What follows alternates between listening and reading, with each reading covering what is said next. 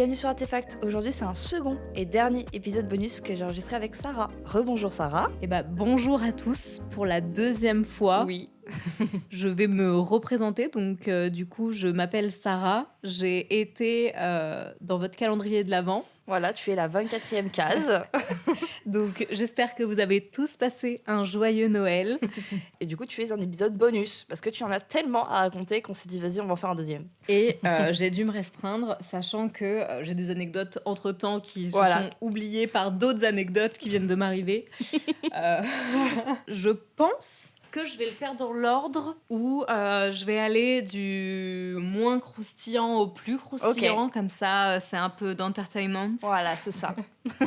Je vais commencer avec le casting Disney Channel Talent. Est-ce que tu connais, toi, Disney Channel Talent ? Alors, je connais Disney Channel. Okay. Mais Talent, je sais qu'il y a beaucoup de gens qui ont été lancés par ça. Beaucoup de gens aux États-Unis. Mais en France, je vois pas. En France, ils ne sont pas connus. Hein, voilà, en fait, c'est ça. Alors, pour expliquer le contexte de ce Disney Channel Talent, ça remonte maintenant, mais il y a quelques années, à l'époque d'Hannah Montana. Ouais, Miley. Évidemment. Ça remonte, mais c'est quand même une belle période.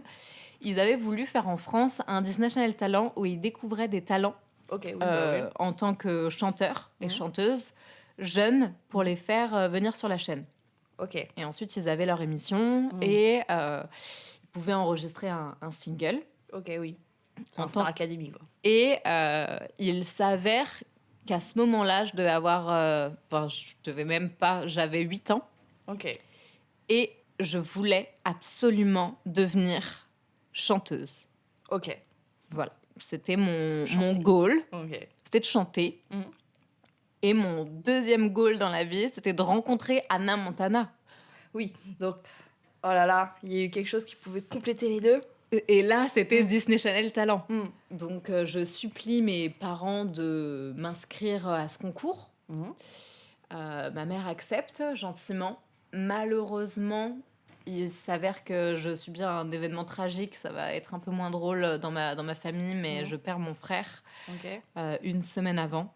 Et donc, du coup, mes parents ne veulent plus... on est tous... pas du tout dans ce mood-là. Pas du tout dans ce mood-là, avec la tête au deuil. Sauf que je redemande à ma mère et je lui dis, au moins pour faire un hommage, d'y aller. Et ma mère me dit oui. Donc, il s'avère que mon frère était champion d'aviron, champion de France. Il a fini deuxième au championnat du monde.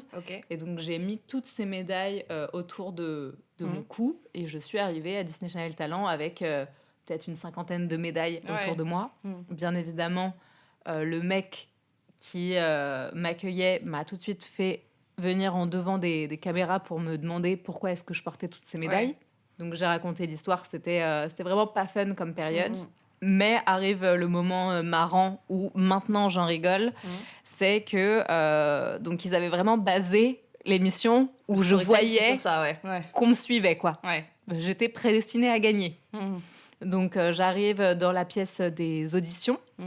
Caméra braquée, les personnes qui étaient devant, on m'encourage, on me dit que ça va le faire.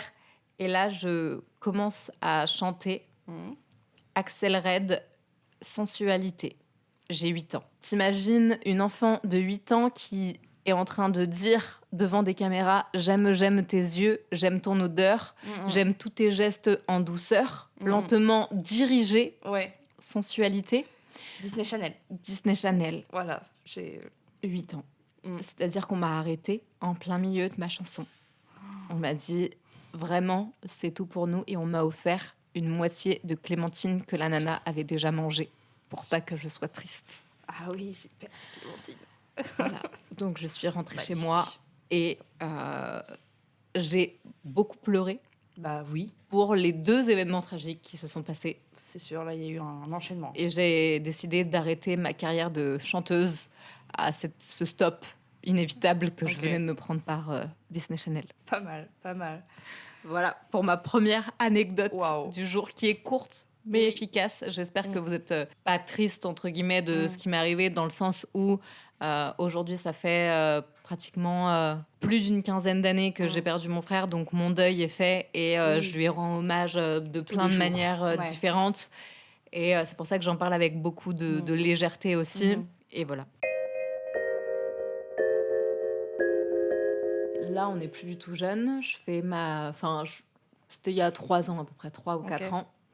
Et je suis prise pour une campagne nationale, donc pas internationale, donc quelque chose de petit mais quand même de très cool, pour de la skincare. Ok. Pour les gens qui ne le savent pas, la skincare, ça correspond aux soins du visage. Et donc, vraiment basé sur le visage. On ne voit rien d'autre. On voit que le visage. Que ton visage. À la rigueur, peut-être tes épaules. Mais c'est tout. Donc j'arrive et c'était sur 2 jours. Ok. Très cool d'avoir un taf sur 2 jours, 2 jours à la suite. Donc le premier jour, on me maquille, on me fait le teint et je rencontre les équipes. On était beaucoup de filles dessus. Donc on s'entend très bien avec tout le monde. Les clients sont très sympas. Ouais. Et arrive mon moment où je pars en shoot. Donc t'avais moitié photo, moitié vidéo. Ok. Et là, je pars en shoot photo et je ne sais pas ce qui se passe. Le photographe fait une fixette sur moi. C'est-à-dire que je devais lui rappeler quelqu'un qui devait détester. Ok. Ou peut-être trop aimer. Je n'ai pas de notion entre les deux, c'est variable. De toute façon, la ligne entre les deux est très fine. Ouais, bah là, elle était inexistante. Ok. C'est-à-dire que je suis là pour de la beauté. Je shoote avec une autre nana et d'un coup, il me regarde et il me dit « Toi, t'es une salope, hein. T'aimes ça, tu me fais ton regard de salope. » Et là, je suis perplexe devant cet échange où c'était vraiment la première fois de ma vie que je me faisais insulter sur un job où on me disait que j'avais le regard d'une salope pour de la skincare, où j'essayais juste d'être très douce, tu sais, avec un air un peu larmoyant, voilà, un truc clean. Je me disais, mais qu'est-ce qui me raconte ? Quel message. Mais c'est pas du tout ce que j'essaye d'envoyer. Voilà, c'est ça. Et une nana qui devait jouer ma mère, mais qui faisait pas du tout ma mère, on aurait dit ma sœur, était à côté de moi. Et d'un coup, il commence à lui dire, voilà, donc toi, en parlant à la nana, elle t'a piqué ton mec, donc du coup, c'est une grosse connasse. Voilà, donc maintenant, tu vas la regarder et toi, t'es une cocu, voilà, parce que elle t'a piqué ton mec. Il s'avère que je connais le mec de la meuf. C'est mon tatoueur. Non, mais le jeu de rôle. Non, mais c'est horrible. Et j'étais là et il m'a tatoué il y a 10 ans, tu vois, un truc. Et elle me regardait, genre, elle me l'avait pas dit en plus de ça, à ce moment-là, qu'elle savait très bien qui j'étais parce qu'il m'a tatoué un Pac-Man sur le pied, ça ne s'oublie pas. Donc elle m'a dit, ouais, à la fin du shooting, elle m'a fait, ouais, mais tu connais mon mec en plus, il s'appelle nanana. Et je lui dis, mais non, je dis, mais t'as dû être tellement mal à l'aise en plus de ça. Parce que toi, tu savais pas, t'étais là. C'est... Ah non, mais c'était hyper malaisant. Et au bout d'un moment, en fait, il a commencé à me dire ça sur cette nana. Ensuite, on avait une photo de groupe et il m'avait mis au milieu. Et il disait, voilà, toi, t'es la pétasse du groupe. Donc, toutes les autres... Non, mais... Et au bout d'un moment, j'étais en train de monter en pression. Et toutes les filles avec qui je shootais le voyaient. Elle me disait redescends. Et au bout d'un moment, j'ai pété un plomb. Et je me suis mise dans le hall du truc. Je suis partie du shoot. Je me suis calmée. J'ai pris 5 minutes pour moi. Et j'ai la community manager qui filmait, en plus de ça, le shoot, qui avait des preuves vidéo. Et je lui disais, mais là, le problème, c'est que je peux faire des dingueries que j'ai pas envie de faire parce que j'ai pas du tout envie d'avoir des problèmes ou de rentrer dans une problématique à cause d'un shooting qui est normalement basé sur la skincare. Donc c'est inadmissible qu'on me parle comme ça. Moi, mais déjà de base, je comprends pas la manière de vouloir faire poser les gens. Genre c'est trop bizarre. C'est genre étrange. C'est trop bizarre. Genre en fait, ok, peut-être qu'il y a des gens qui aiment, tu vois, mais en l'occurrence, tu en parles avant. Mais non, tu vois ce que je veux dire, genre, même tu ne le fais pas, c'est mais hyper tu ne le touchy. fais pas quand tu connais personne, quand tu connais pas les gens, ouais, mais quand tu connais très bien la personne et que tu t'amuses, ouais, il y a sans doute des gens qui font ça. Mais en l'occurrence là, sur un job, t'es professionnel. Mais c'est ça. Tu fais limite, tu peux faire des compliments, tu vois, genre en mode ah ouais là oui, c'est nickel, bien. regarde là c'est super, est-ce que tu peux me récupérer ça, enfin voilà, est-ce que tu peux refaire cette même attitude? Voilà, là il t'insulte tout le long. Voilà, non, mais j'en avais pris pour mon grade, quoi. Je suis arrivée, je me suis fait démolir, on m'a traité de grosse connasse, de salope qui aimait ça. Enfin, au bout d'un moment. Alors que tu posais juste pour ta peau, quoi. Coucou. Voilà, pour une crème. Voilà. Ouais. Enfin, On en a marre. merci. Je vais prendre mes affaires et je vais me casser. Et c'est là où j'ai compris que l'estime que j'avais de moi était supérieure au prix qui était affiché pour ma journée. Et c'était un job qui était plutôt bien payé. Et j'en avais vraiment, clairement, rien à foutre. Où je me suis dit, je préfère ne pas être payée plutôt que de continuer ma journée avec un mec qui se pense supérieur à tout le monde et qui est en train de m'insulter. Non, mais ça va pas. De là, les clients sont venus, je leur ai expliqué la situation. Je leur ai dit, voilà, vous y êtes pour rien. C'est votre photographe, mais par contre, va falloir faire quelque chose parce que moi, je prends mes affaires et je pars. Et de là, ils sont allés calmer le photographe, ils m'ont fait passer en vidéo. Et pour la petite histoire un peu croustillante, un peu gossip en plus, c'est que du coup, j'ai fini ma journée. J'y suis retournée le lendemain matin.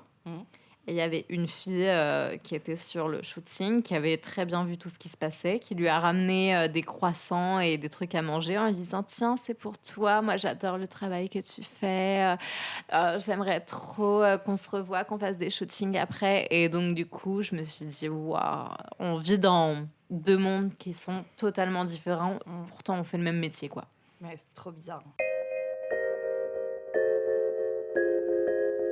Et pour une autre anecdote qui est aussi... c'est une anecdote traumatisante, mais où il m'est rien arrivé, heureusement. Mais je sais que quand j'ai commencé le mannequinat, donc du coup j'avais 17 ans, j'ai rencontré un photographe qui de base venait d'une de mes agences. Et j'ai fait un premier shoot test avec lui en extérieur. Ça s'était super bien passé. Ouais, donc première expérience, ok. Génial.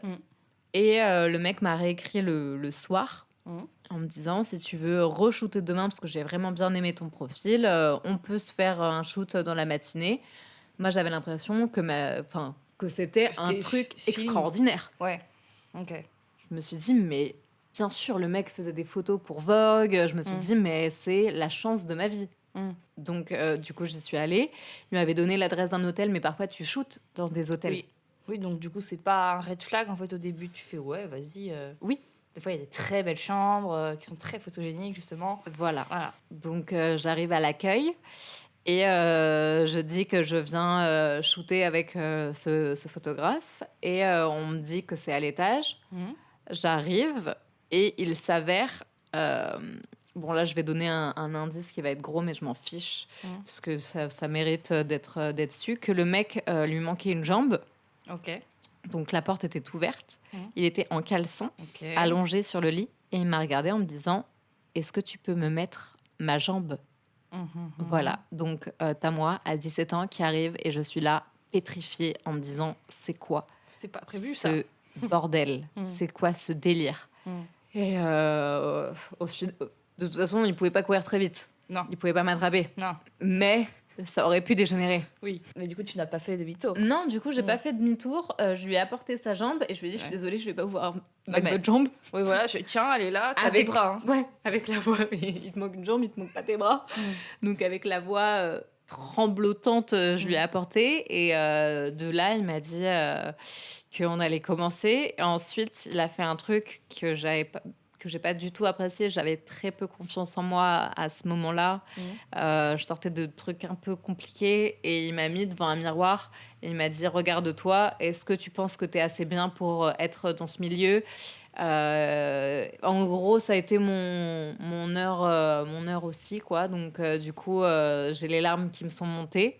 J'ai essayé de les retenir et il m'a regardé, il m'a dit « Ok, c'est bon, maintenant on peut shooter. » Et donc, du coup, après, il m'a assise et j'ai passé... Mais les photos sont magnifiques. Ouais. Et c'est ça le truc, c'est que je le referai pas. Il m'est rien arrivé. J'en garde pas une bonne expérience. Même aujourd'hui, si tu me le redemandais avec la même qualité d'image, j'y retournerais pas. Mais sur le moment, je me disais, tu vois, il faut souffrir pour avoir du beau contenu. Alors, c'est fou quand même, ouais. Le fait de t'avoir mis dans un mauvais mood, entre guillemets, a permis de quand même réaliser des images. Après, ça dépend vraiment de la conscience du photographe, parce qu'en fait, lui, il veut réaliser des bonnes images, quoi que ça te coûte après mentalement, tu vois ce que je veux dire? Mais je sais que ce photographe est très problématique et a été un peu évincé du milieu. À cause justement de ses agissements, parce que d'accueillir en caleçon, j'étais pas la première, de faire des sous-entendus bizarres, j'étais pas la première non plus. Et c'était une période où dans le monde de la photo, on ne dénonçait pas les photographes, ce qui est dommage parce qu'on aurait dû tout de suite s'entraider. Mais par contre, moi, je sais que je l'ai dénoncé au niveau des agences et au niveau des nanas qui voulaient shooter avec lui, je leur disais, voilà ce qui s'est passé, mon expérience. Voilà, donc fais ce que tu veux avec l'info. Donc maintenant, voilà, prends cette info et fais ta vie, parce que je pourrais jamais te dire ne shoot pas avec lui, alors que moi-même je l'ai fait. Ouais, voilà, c'est ça. Genre, tu prends l'info et après tu. Mais fais attention. Voilà. Préviens tes proches de où t'es. De toute façon, ça, c'est vraiment la première chose à faire quand tu vas chez quelqu'un ou quand tu vas chez un inconnu, un photographe, que ce soit même une photographe, n'importe qui, de prévenir au ses proches de l'adresse où tu vas et du temps estimé pour que tu te sentes toi-même en sécurité. Ça peut paraître débile de le faire, mais là, c'est le minimum. Genre, même moi, quand on me demande est-ce que je peux venir accompagner, je dis bah ouais, pas de souci, tu vois. Et ben, on arrive à mon autre anecdote qui s'est passée ce week-end, et heureusement que j'avais envoyé ma localisation. Avec mon métier, je pars très souvent à l'étranger. C'est dans mes habitudes, donc j'ai l'habitude de partir avec un sac et mon téléphone, quoi. En l'occurrence, là, ce week-end, je partais au Maroc et j'ai l'habitude d'aller au Maroc. C'est vraiment ma deuxième maison. J'ai 7 pages de mon passeport remplies avec les tampons de Marrakech. J'ai pas peur. Ouais, tu connais, quoi. Je connais. Même si j'ai pas de réseau là-bas, je connais. Et là, j'arrive et il s'avère que l'endroit où je vais habituellement, il y a toujours du monde. J'ai toujours d'autres mannequins ou des personnes extérieures, des personnes qui bossent dans l'agence qui sont là. Donc, je me sens en sécurité. Et pour la première fois de ma vie, je me retrouvais dans cette villa, toute seule. Et j'avais très, très, très peur. Je restais 2 nuits, normalement, dans la villa. Ok, seule. Seule. La première nuit, j'avais un job le lendemain et il fallait vraiment que je dorme rapidement et je devais bosser sur 2-3 trucs. J'envoie quand même la localisation à mon mec, à mes amis, à ma mère, en leur disant que je ne me sens pas 100% en sécurité, que j'ai très peur et qu'il y a des bruits étranges qui m'effraient au plus haut point. Et une semaine avant de partir, je savais pas pourquoi, mais j'avais un pressentiment comme quoi il fallait que je dorme ailleurs. Ouais. Je le sentais mal.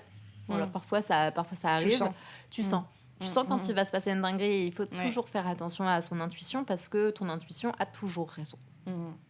Peu importe ce qui se passe, elle a toujours raison. Et je finis mon job, je repars dans la villa. Il s'avère que la villa n'est pas à côté de Marrakech. Les taxis n'y vont pas. C'est à 25 minutes du centre. Ok, ouais. Donc c'est, excentré, quoi. C'est excentré.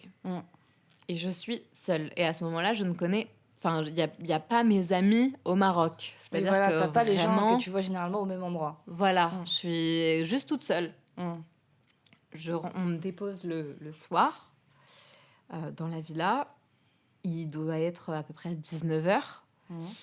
J'essaye de m'enfermer dans la villa, sauf qu'il n'y a pas de clé. Donc la villa reste ouverte. Et la chambre où je m'étais mise, le verrou, en fait, tu pousses la porte, tu rentres dans la chambre. Ok. Oui, donc c'est pas safe du tout, genre t'es pas du tout enfermée. Je me sens pas en sécurité. Je me sens pas du tout en sécurité. Et de là, j'entends comme des chiens qui hurlent. Ok. Vraiment un bruit où je me dis, il y a un problème. De base, normalement, il y a un petit chat dans la villa. Là, il n'y a plus de chat. Ouais, il est caché, quoi. Il est parti, il a eu peur lui aussi.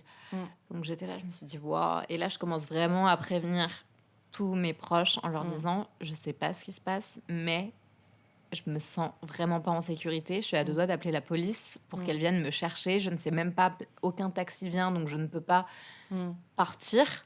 Ouais. Je suis... Puis partir à pied, c'est pas une bonne idée non plus. Oui. Donc, non, mais alors là, ça aurait été la pire des idées. Oui. Non, non, je l'aurais pas fait. Je préférais rester cachée plutôt que de partir à pied dans la nuit dans un endroit où t'as même pas de lumière. Ouais. Enfin, non.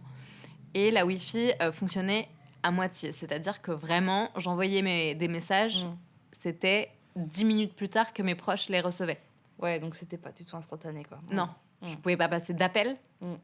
Je ne pouvais rien faire. Donc, je me suis enfermée dans la salle de bain en boule. Ma mère m'a dit éteins toutes les lumières.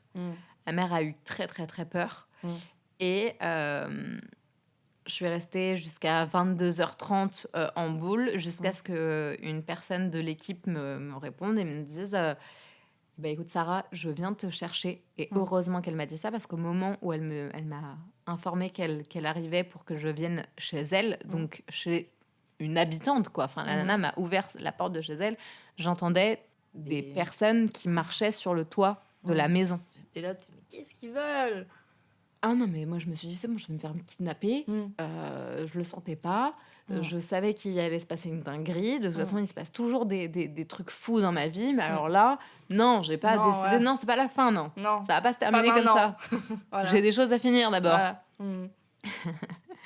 Donc, du coup, la personne arrive. J'entends du bruit. Moi, je suis en train de trembler. Et on a fait mes affaires dans le noir. Ouais, bah oui, du coup, pas de lumière. Dans le noir, mais c'est parce que je voulais même pas allumer au cas où il se passait quelque chose. Elle est venue avec ses sœurs qui étaient dans la voiture. Moi, j'arrive dans la voiture, il y a je sais pas combien de personnes à l'arrière. Je suis là, je me dis ouais, et elle m'a dit heureusement que tu m'as appelée. Moi, je ne serais, je serais pas restée une nuit à dormir ici seule. Et donc elle aussi était consciente que quand t'es pas plusieurs, c'est pas safe. Voilà. Ou en tout cas, t'as très peur et tu ne peux pas dormir. T'aurais pas dormi en tous les cas. J'aurais pas dormi. Et c'est de là où j'arrive du coup chez elle et je me rends compte que en fait tout le monde dort dans la même pièce où il y a une seule pièce qui diffère. C'est des matelas au sol. La salle de bain, il s'avère que c'est des toilettes turques sans chasse d'eau ou qui servent aussi de douche et avec une bassine. Et j'avais pas réalisé avant que dans un pays étranger comme le Maroc, où j'en fais plein des pays, donc que mon confort n'est pas le leur. Ouais. Et je pense que ce voyage a vraiment changé ma vie. Ça l'aurait changé si j'étais restée dans la villa, parce que je serais peut-être retrouvée morte. Ouais, tu serais peut-être pas là pour me raconter l'histoire. Donc je serais peut-être pas là pour te raconter la suite, l'épisode bonus. Mais là, vraiment, je me suis pris une claque où je me suis dit, ok, des personnes que tu connais, que tu fréquentes, vivent dans des endroits comme celui-là. Et maintenant, vraiment, rentre et remercie chaque jour de ce que tu as, parce que tu t'en rends peut-être pas compte, parce que tu es habitué. Et au final, c'est une mauvaise habitude de se dire que c'est normal. Ouais, rien n'est acquis. Et du jour au lendemain, tu sais pas ce qui peut se passer. Bon, après, je le souhaite à personne. Sois encore plus heureuse de tout ce que tu essayes de faire et de la chance qui t'a été attribuée de par ta naissance, ton lieu de vie, des conditions qui sont les tiennes, tes rencontres, tout ce que tu penses être normal, en fait, ne l'est pas. On pense que notre normalité est la même pour tout le monde, alors que non, en fait. Chacun a une normalité différente, à différents niveaux. Et quand elle m'a accueillie, les bras grands ouverts, et qu'elle m'a dit « tu veux prendre ta douche ?» et que j'ai vu la bassine, je me suis dit « ok, sa normalité, en fait, c'est ça. » C'est ça. Et elle est hyper heureuse de me savoir en sécurité avec elle. Et je trouve ça tellement beau de se dire que nous, on habite ici, à Paris, et que parfois, tu as des gens, tu leur demandes si tu peux dormir chez eux une nuit pour les héberger et ils osent te dire non, je suis un peu trop fatiguée ou j'ai pas trop envie ou machin. Alors que t'as d'autres personnes qui... Enfin, la nana, elle me connaît pas. Hein. Ouais. Elle me connaît pas. Elle m'a sauvée d'une situation où je me suis dit, waouh, parfois même des gens que t'estimes être tes potes ne l'auraient pas fait. C'est là que tu vois. C'est fou. Et de là, on arrive à mon autre anecdote qui est encore en voyage. Pas du tout sur le même registre parce que là, du coup, j'étais à Bali. Et mon agence de là-bas me fait partir pour un casting. J'habite à ce moment-là à Uluwatu. Donc, si des personnes ne connaissent pas trop Bali, Uluwatu, c'est sur la côte. Et tu as une base qui s'appelle Canggu, où tout se passe, entre guillemets, au niveau du boulot pour les expatriés. Ok. Et j'ai à peu près 1h30 de scooter. Donc, je fais 1h30 de scooter pour aller jusqu'à Canggu. J'étais bien. Ça peut paraître horrible de faire 1 heure de scooter ou machin, ou d'avoir du temps de trajet. Ah non, c'est génial. Là-bas, tout est bien. C'est-à-dire que t'as 1 heure de scooter, j'étais là, j'avais ma musique, il faisait bon. Ouais. Tout le monde me faisait rire. Je me disais, j'ai tellement de chance de vivre juste ce moment où je pars à mon job ou à mon casting. Et j'arrive du coup dans un hall d'hôtel. Je vois d'autres mannequins de l'agence. On se présente. Moi, c'était trop cool parce que c'était la première fois que je rencontrais d'autres nanas de l'agence. Donc, l'occasion de me faire des copines. Et un homme hyper barbu, hyper imposant me fait noter mes informations sur un papier. Et me voilà la suivante pour participer au casting. Une petite voiturette vient me chercher et j'arrive devant une porte. J'ouvre la porte. Je vois 2 nanas pratiquement nues en train de bronzer dans la villa. Je me dis, bon, c'est quoi ce délire ? Des nanas qui étaient très belles. Il faut le savoir, elles étaient magnifiques. Je me dis, ok, bah, t'as des mannequins qui sont restés là. Après le casting, Ouais, t'étais en mode, attends, what elles sont en vacances, qu'est-ce qui se passe ? Qu'est-ce que des nanas de l'agence font là, tu vois ? Elles m'accueillent, je comprends qu'en fait elles sont russes et qu'elles pensent que je suis russe. Ok. Je fais un peu russe, surtout quand je suis à l'étranger. Donc je fais net. Non, c'est pas du tout comme ça qu'on dit non en russe. Je suis pas du tout russe, putain. Da. Donc elles ont dû croire que j'étais russe. C'est le seul mot que je connais. Et de là, je vois un homme tout petit, hyper atypique, avec des lunettes qui font la moitié de son visage, des cheveux longs, habillé comme un rappeur qui sort. Et je me dis, mais c'est quoi ce bordel ? Honnêtement, je ne comprends rien.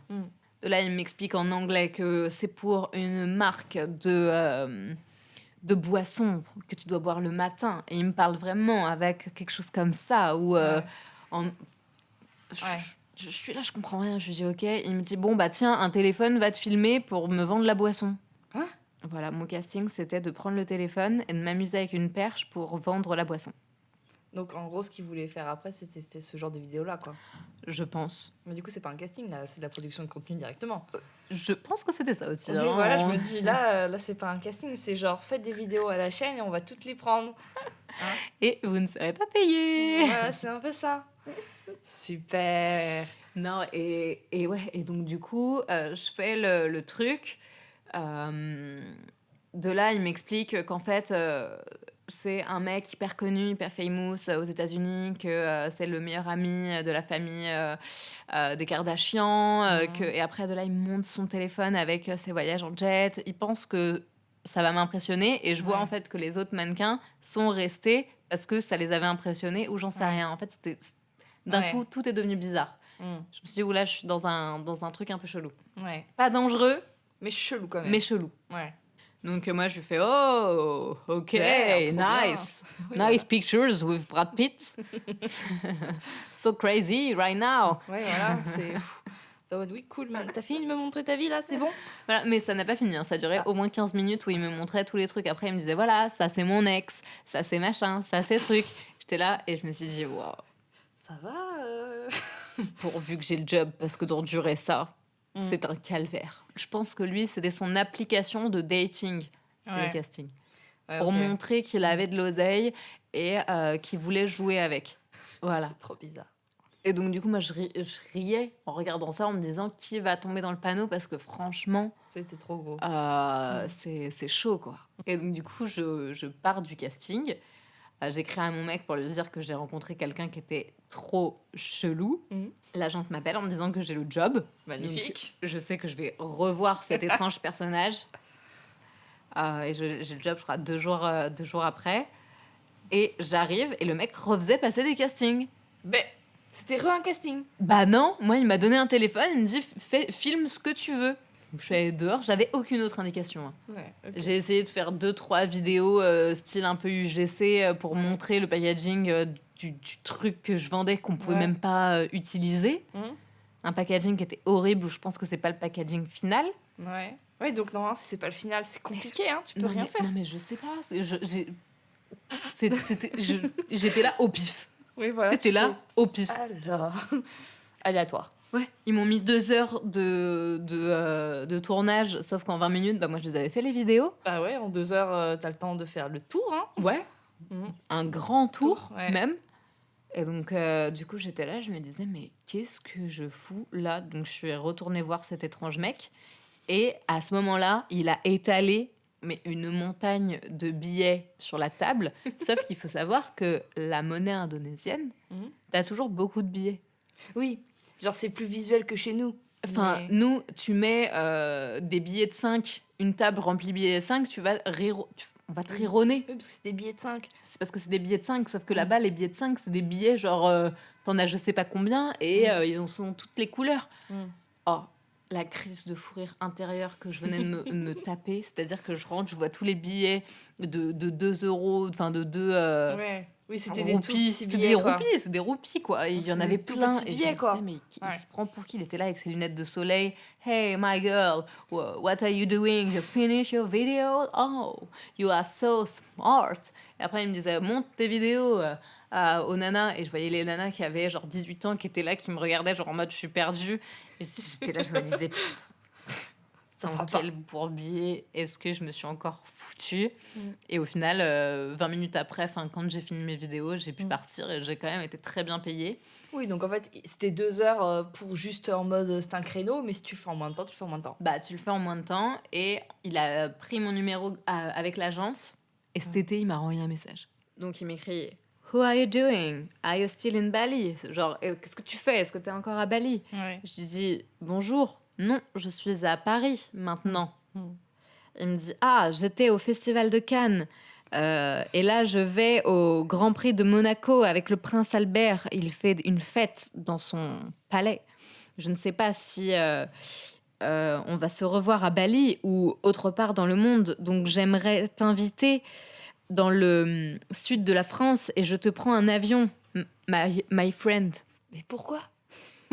Et je n'ai jamais répondu. Bah oui. Voilà. J'ai eu très peur. J'ai demandé quand même à une pote en lui disant « Meuf, est-ce que tu veux vivre cette aventure un peu bizarre ? Genre, viens, on y va. Viens, on voit. On va aller voir le prince Albert. Pose avec le prince Albert. Voilà, Monaco, voir le Grand Prix. On va aller à Monaco. » J'en ai parlé à mon mec, il m'a dit « Sors de question. » Il m'a dit alors là, c'est vraiment débile de se mettre en danger. Volontairement. Il me dit « Ok, je suis pas loin, mais quand même. » Ouais. Je dis bon, tant pis. L'expérience se fera une autre fois, en tout cas pas avec cet étrange mec qui était l'ami du prince Albert. Magnifique. Mais ouais, c'est trop dingue, bizarre. hein. C'est trop bizarre. Ouais. Tu te dis, est-ce que c'est un mytho ? Est-ce que c'est vrai ? Est-ce que... Ouais, qui est ce mec ? J'espère que ça t'a plu pour cet épisode bonus. Oui. Je sais pas s'il a été aussi croustillant que le premier, mais en tout cas... Je sais pas, c'est relatif, hein, en vrai. Vous nous direz celui que vous avez préféré. Voilà, on peut commenter en plus. Il y avait un peu plus d'avertissement et de morale et plein de choses dans celui-là, mais c'était un vrai plaisir d'avoir pu repartager ce moment avec Elisa. Avec plaisir. Et merci beaucoup. Et je termine cette année de podcast avec toi.